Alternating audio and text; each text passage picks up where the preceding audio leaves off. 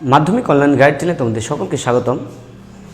আজকে আমরা ভৌতবিজ্ঞানের যে চ্যাপ্টারটা করব সেটা হলো কারেন্ট ইলেকট্রিসিটি বা চলতড়িৎ।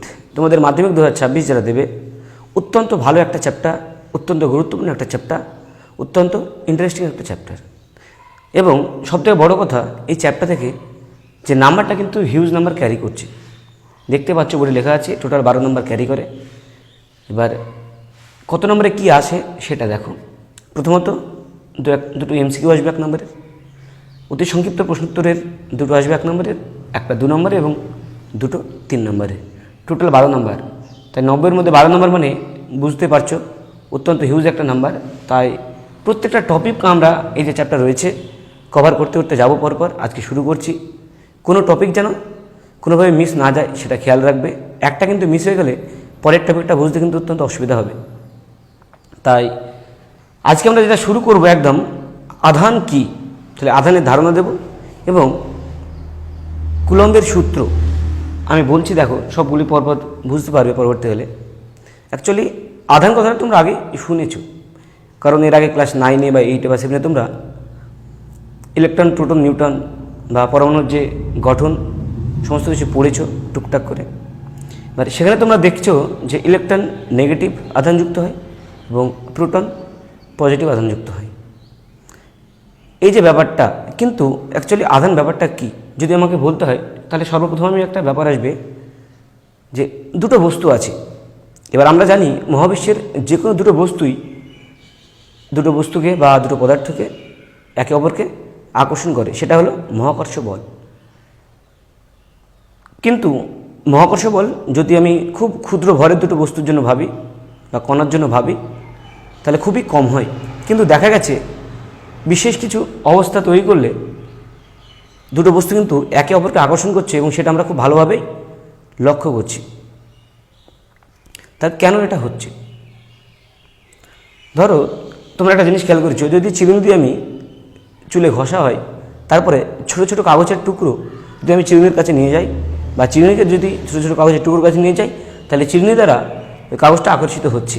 এবার কেন হচ্ছে? বা যে রেশম দিয়ে তুমি কাঁচকে বা এবোনাইট দণ্ডকে যদি তুমি ঘষছো, সেক্ষেত্রে দেখছো দুটো কাঁচকে তুমি রেশম দিয়ে ঘষলে তখন দেখছো ছোটো কাঁচ দুটো একে অপরকে বিকর্ষণ করছে। কিন্তু যখনই একটা এবোনাইট দণ্ডকে ঘষছো, তখন একটা এবোনাইট দণ্ড এবং একটা কাঁচ যদি কাছাকাছি নিয়ে যাচ্ছ, তখন কিন্তু একে অপরকে আকর্ষণ করছে। এবার এরকমটা কেন হচ্ছে? এই জিনিসটা হচ্ছে কিন্তু এই আধানের জন্য। তাহলে এতক্ষণ দেখছিলে যে কোনো দুটো বস্তু একে অপরকে আকর্ষণ করছে, কিন্তু আকর্ষণ বলের মান খুবই কম, সেটা মহাকর্ষ বলের প্রভাবে।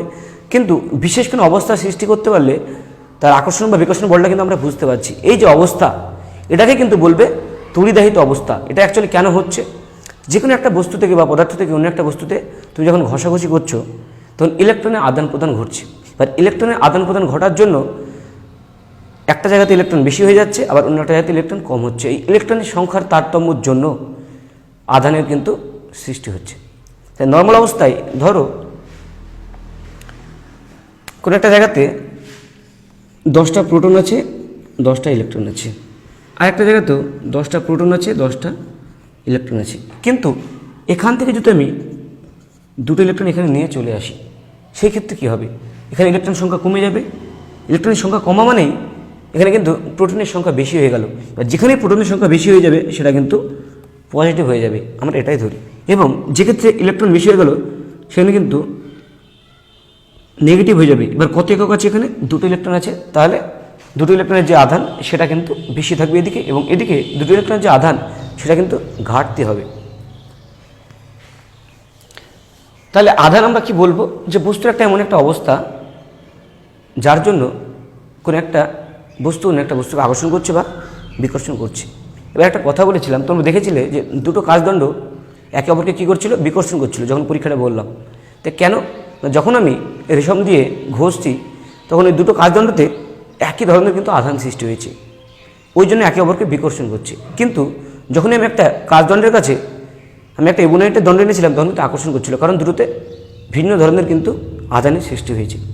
তাহলে একটা জিনিস দেখতে পাচ্ছি, ভিন্ন ধরনের আধান একে অপরকে আকর্ষণ করে, কিন্তু একই ধরনের আধান একে অপরকে বিকর্ষণ করে।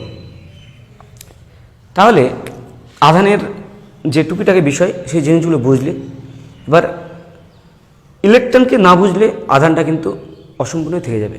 কারণ কোনো একটা জিনিস থেকে অন্য একটা জিনিসে সব থেকে কম কত আধান যেতে পারে, একটা ইলেকট্রন যেতে পারে বা দুটো যেতে পারে বা তিনটে যেতে পারে, তাই পূর্ণ সংখ্যাতে যাবে, কিন্তু হাফ ইলেকট্রন তো যাবে না, বা 1.5 ইলেকট্রন বা 2.5 সংখ্যক ইলেকট্রন যাবে না।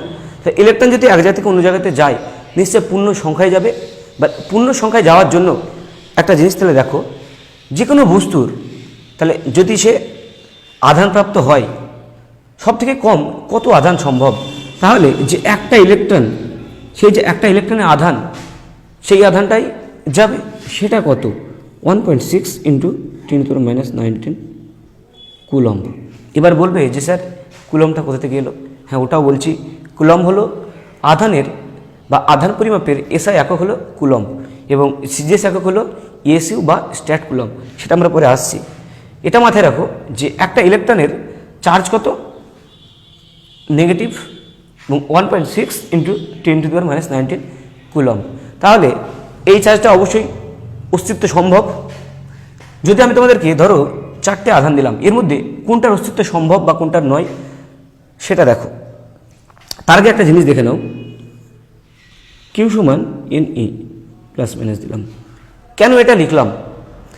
তাহলে কোনো একটা বস্তুতে যে টোটাল আধানটা তৈরি হবে সেটা কতটুকু হবে বা কত পরিমাণে হবে সেটা সবসময় কিসের উপর নির্ভর করছে, যে ইলেকট্রনের যে আধান তার উপরে। কারণ একটা যদি ইলেকট্রন যায় তাহলে তার আধান হবে এটা, যদি দুটো ইলেকট্রন যায় তার আধান হবে 2 × 1.6 × 19 কুলম্ব মাইনাস, মানে এটা হবে 3.2 × যদি তিনটে যায় সেই ক্ষেত্রে কত হবে, তিনটে ইলেকট্রন গেলে